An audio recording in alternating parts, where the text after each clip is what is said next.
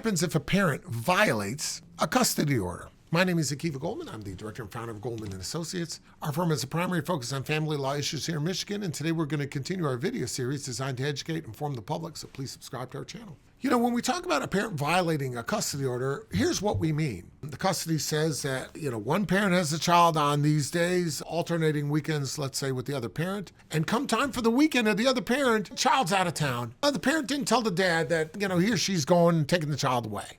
The order requires that he get a certain amount of days, she gets a certain amount of days. All of a sudden, the parent that's got to give over the child is nowhere to be found, ghosted. They're just out. They have another plan. They've got something else going on. Oh, they didn't realize that this week doesn't work for them.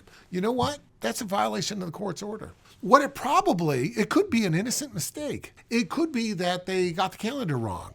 But more likely than not, it is a mistake, but it's not an innocent one. It's probably a manipulation. It's probably an effort that they want to control everything, that the other side thinks that your parenting time is marginalized. It's not really valuable, and therefore they have other things going on, and so they prioritize their things over your time. That's probably what it is. And if that's what it is, your lawyer has to be told about it so that he or she can file a petition in order to show cause why the other person should be held in contempt for violating the court's order. And contempt could mean a lot of things. It could mean that the other side is jailed because of violations of the orders. Doesn't happen immediately, doesn't happen every time. It is usually reserved for multiple violations of court orders. It's usually a last resort kind of thing. But the court could very well order, for example, some makeup parenting time. The court can order a fine. The court can order that the other side have to pay the attorney fees of the attorneys that have to come and fine and go before the court and say, hey, you gave an order, they're not listening.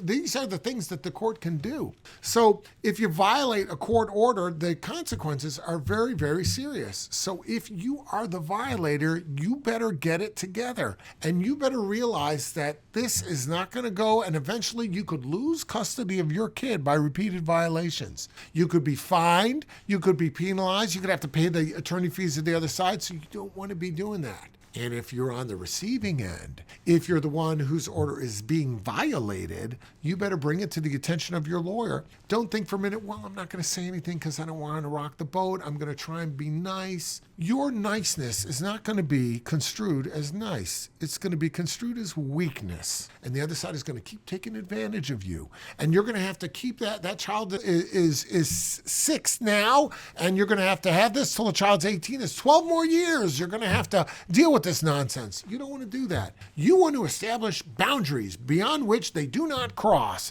And those boundaries mean you're going to file these petitions and you're going to spend the time and the effort and the money to get your lawyer to do this. And why?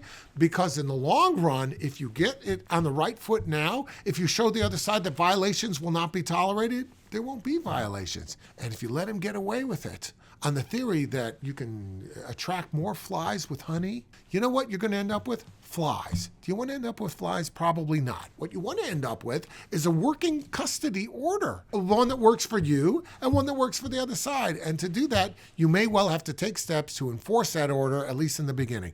If you have any questions about that, if that strategy is a good one for you, reach out. And of course, we'll be glad to help you out.